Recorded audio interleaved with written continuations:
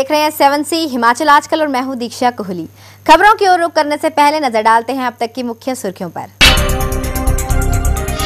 विधानसभा के मॉनसून सत्र के पहले ही दिन हुआ जोरदार हंगामा। मुख्य विपक्षी दल कांग्रेस ने चार्जशीट के मुद्दे पर किया वॉकआउट। कांग्रेस में हुए फेरबदल के बाद शिमला में बोले कांग्रेस के पूर्व प्रदेशाध्यक्ष कौल सिंह ठाकुर। कहा हाईकमान का आदेश सिर माथे। शिमला नगर निगम की मासिक बैठक में हुआ जोरदार हंगामा। पार्षदों ने किया निगम से वॉकआउट। शहर में विकास कार्य ठप होने के लगाए आरोप। चंबा जिला के कीड़ी क्षेत्र में बारिश ने मचाई भारी तबाही। कई बीघा उपजाऊ भूमि फसलों सहित बारिश की भेंट चढ़ी। लोगों ने की मुआवजों की मांग। और अब खबरें विस्तार से। विधानसभा के मॉनसून सत्र के दौरान सोमवार को सदन में कांग्रेस की चार्जशीट को लेकर हंगामा हुआ।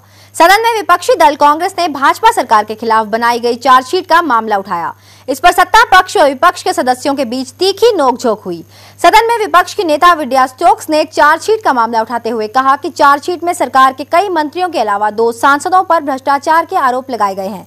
विपक्षी दल भ्रष्टाचार की जांच सीबीआई से करने की मांग पर अड़ा रहा। इस दौरान कांग्रेस के सदस्यों ने सदन से वॉकआउट कर दिया।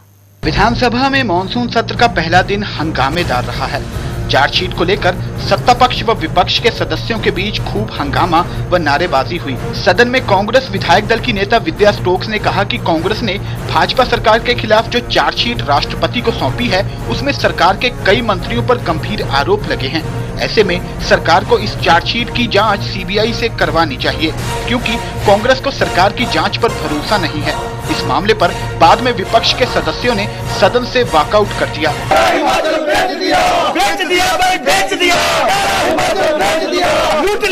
लूट लिया। बाद में पत्रकारों से बातचीत में कांग्रेस विधायक दल की नेता विद्या स्टोक्स व कांग्रेस के वरिष्ठ नेता कौल सिंह ने कहा कि मुख्यमंत्री प्रेम कुमार धूमल चार्जशीट की सीबीआई जांच करवाने से क्यों कतरा रहे हैं। इन नेताओं ने कहा कि सरकार के अधिकतर मंत्री भ्रष्टाचार में शामिल हैं। ऐसे मंत्रियों को अपने पद पर रहने का कोई अधिकार नहीं है। सच्चाई से बनाई एक एक चीज का हम जगह बता सकते हैं। छोटे से लेकर बड़ी चार्जशीट में सभी इश्यूज को दिया है। सरकार की नंगा कर दिया हमने ऊपर से नीचे तक, और इनको फिर भी शर्म नहीं है। फिर भी जितना भ्रष्टाचार उन्होंने किया कभी आज तक जिंदगी में हमने नहीं देखा हिमाचल प्रदेश में। मैडम कैसे डिस्कशन मांग रहे? हम डिस्कशन नहीं, हमने कहा इसके बारे में बर्खास्त करो, सीबीआई इंक्वायरी मांगे। हमने इनको भी भेजा और इनको भी मुख्यमंत्री जी इस्तीफा क्यों नहीं देते? अगर चार्जशीट उनकी फेवरेबल होगी आपको देखेंगे भी। जब मिनिस्टर को रिजाइन करना चाहिए, बहुत सारे मिनिस्टर को रिजाइन करना पड़ेगा, चीफ मिनिस्टर भी उसमें इन्वॉल्व होंगे। और इस तरह हम समझते हैं अगर लोगों को हम हमेशा छलावा देंगे, कब तक आप छलावा देते रहेंगे? आज छोटे आदमी गरीब आदमी तो बिल्कुल पीस दिए इन्होंने। और एक बहुत बड़ी चार्जशीट और वेल डॉक्यूमेंटेड चार्जशीट तैयार की है। गवर्नर साहब को हम अपने महामहिम राष्ट्रपति को दी और उनसे भी अनुरोध किया कि इंडिपेंडेंट एजेंसी से इसकी छानबीन होनी चाहिए। आज हमने भी विधानसभा में यही कहा, अगर धूमल साहब में हिम्मत है तो कहते हैं कि इस चार्जशीट को हम सीबीआई को इंक्वायरी के लिए भेजते हैं, क्योंकि इनमें दम नहीं है। वरना ये खड़े होकर के बोलते थे। अतः स्पीकर साहब ने कहा कि धूमल साहब बताइए आपने क्या बोलना है, तो इस पर तो धूमल साहब बोले नहीं। क्यों नहीं भेजते इसको सीबीआई की? आज भ्रष्टाचार चरम सीमा पे है। हिमाचल प्रदेश की जमीनें सरकार ने बेची है। हिमाचल प्रदेश में 17-18 विश्वविद्यालय खोलने की परमिशन ने दी है। धारा 118 की जो है इन्होंने धज्जियां उड़ाई है। और आज हिमाचल प्रदेश में शिक्षा का निजीकरण, व्यापारीकरण किया जा रहा है। इनके मंत्री भ्रष्टाचार में पूरी तरह संलिप्त है। इसलिए हमने कांग्रेस पार्टी ने मांग की थी, धूमल साहब में अगर हिम्मत होती कि कहते यस ये चार्जशीट हमें दो, हम इसकी सीबीआई इंक्वायरी करते हैं। वहीं मुख्यमंत्री प्रेम कुमार धूमल ने चार्जशीट के मुद्दे पर कहा कि कांग्रेस ने चार्जशीट राष्ट्रपति को सौंपी है और सीबीआई जांच की मांग प्रदेश सरकार से कर रहे हैं, जो तथ्यों से परे है। उन्होंने कहा कि जहां चार्जशीट सौंपी गई, जांच की मांग भी कांग्रेस को वही करनी चाहिए। बिना किसी मुद्दे के वॉकआउट किया है। जिस दल को और जिस दल के नेता को ये पता नहीं हो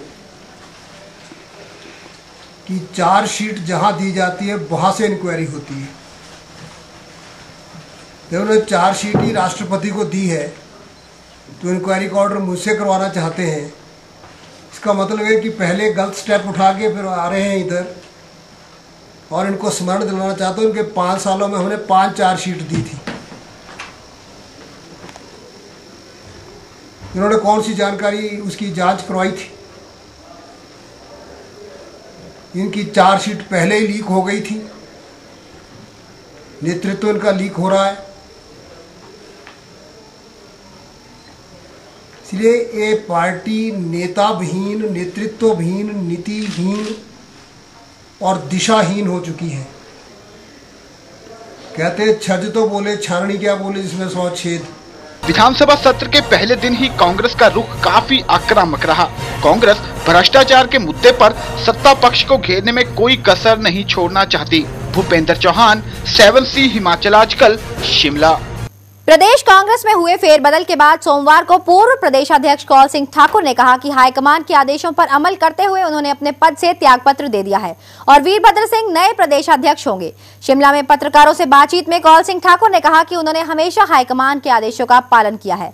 उनका प्रयास रहेगा कि वे आगे भी सभी को साथ लेकर चलेंगे। उन्होंने कहा कि कांग्रेस में कोई गुटबाजी नहीं है, सभी एकजुट होकर चुनाव में उतरेंगे और भाजपा को पराजित कर सत्ता में लौटेंगे। कांग्रेस के पूर्व प्रदेश अध्यक्ष कौल सिंह ठाकुर ने स्पष्ट कर दिया है कि हाईकमान के आदेशों पर अमल करते हुए उन्होंने अपने पद से त्यागपत्र दे दिया है और वीरभद्र सिंह नए प्रदेशाध्यक्ष होंगे। शिमला में पत्रकारों को संबोधित करते हुए कौल सिंह ने कहा कि उन्होंने हमेशा हाईकमान के आदेशों का पालन किया है। उनका प्रयास रहेगा कि आगे भी वे सभी को साथ लेकर चलेंगे। उन्होंने कहा कि टिकट आवंटन के लिए आवेदन प्रदेश कांग्रेस कमेटी के पास पहुंच चुके हैं। नए प्रदेश अध्यक्ष वीरभद्र सिंह जब बैठक बुलाएंगे तो इन पर चर्चा होगी और फिर उन्हें स्क्रीनिंग कमेटी को भेज दिया जाएगा। हमारी अखिल भारतीय कांग्रेस कमेटी की अध्यक्षा ने जो फैसला लिया है वो सोच समझ के लिया है और मैं समझता हूँ कांग्रेस पार्टी के हित में लिया है। मैंने कांग्रेस पार्टी के अध्यक्ष पद से इस्तीफा दिया और सीट खाली हुई और श्री वीरभद्र सिंह जी को कांग्रेस पार्टी का अध्यक्ष सोनिया जी ने नियुक्त किया है। हम एकजुट होकर के, क्योंकि अब चुनाव नज़दीक है, एकजुट होकर के भारतीय जनता पार्टी की भ्रष्ट सरकार का हम मुकाबला करेंगे और जो भी जिसको जिम्मेवारी दी है अपनी जिम्मेवारियों को खूबसूरती के साथ निभाएंगे। वीरभद्र सिंह जी हमारे वरिष्ठ कांग्रेसी नेता हैं और उनका भी फर्ज है कि सबको साथ लेकर के चले और एक टीम की तरह जो है हम जंगे मैदान में जाएंगे और जो है जीत हासिल करेंगे। कौल सिंह ठाकुर ने कहा कि 4 साल पहले हाईकमान ने उन्हें प्रदेश अध्यक्ष पद की जिम्मेदारी सौंपी थी, जिसे उन्होंने बखूबी निभाया। संगठन को मजबूत करने के लिए उन्होंने प्रदेश भर में दौरे किए और अपने प्रयासों में कामयाब भी रहे। उन्होंने यह भी कहा कि हाईकमान ने अब जो निर्णय लिया है उससे पार्टी को निश्चित रूप से लाभ होगा। सभी एकजुट होकर चुनाव में जाएंगे और पार्टी को सत्ता में लाएंगे। इसी दौरान शिमला में कांग्रेस विधायक दल की बैठक हुई, जिसकी अध्यक्षता नेता प्रतिपक्ष विद्या स्टोक्स ने की। बैठक में विधानसभा सत्र के लिए रणनीति बनाई गई। कांग्रेस इस सत्र के दौरान अपना रुख आक्रामक करने के मूड में दिख रही है। ब्यूरो रिपोर्ट, 7C हिमाचल आजकल, शिमला। भाजपा के प्रदेश महामंत्री रामस्वरूप शर्मा ने कांग्रेस द्वारा तैयार चार्जशीट को फर्जी करार दिया है और कहा है कि कांग्रेस ने विधानसभा चुनाव को देखते हुए इसके माध्यम से लोगों को भ्रमित करने का प्रयास किया है। रामस्वरूप शर्मा बिलासपुर में भाजपा सांस्कृतिक प्रकोष्ठ की मीटिंग में भाग लेने के बाद पत्रकारों से बातचीत कर रहे थे।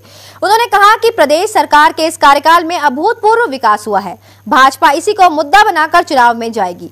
ये भी कहा कि भाजपा की 30 अगस्त को शिमला में प्रस्तावित शुभकामना रैली ऐतिहासिक होगी।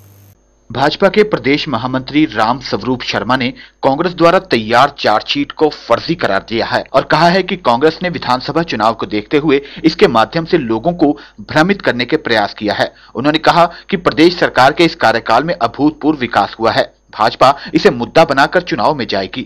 उन्होंने कहा कि इस समय भाजपा की शिमला में 30 अगस्त को प्रस्तावित रैली के लिए तैयारियां जोरों से चली हुई हैं। रैली को सफल बनाने के लिए सभी प्रकोष्ठों व मोर्चों के पदाधिकारियों को निर्देश दिए गए हैं। रैली ऐतिहासिक होगी। ये चार्जशीट जो उन्होंने दी है ये तो सिर्फ औपचारिकता निभाई है। 4.5 वर्ष का समय बीत गए, हम भी विपक्ष में थे। हम हर साल हर महीने इन कांग्रेस के कार्यकाल का काले कारनामों को जनता के बीच ले जाते हैं। हर महीने हर जगह कांग्रेसी नेताओं घेराव करते थे, इनके गलत कारनामों को प्रताड़ित करते थे। हर वर्ष हमने राज्यपाल, महामहिम राज्यपाल के माध्यम से ज्ञापन दिए, इनकी काली करतूतें बताई और रोकी हमने।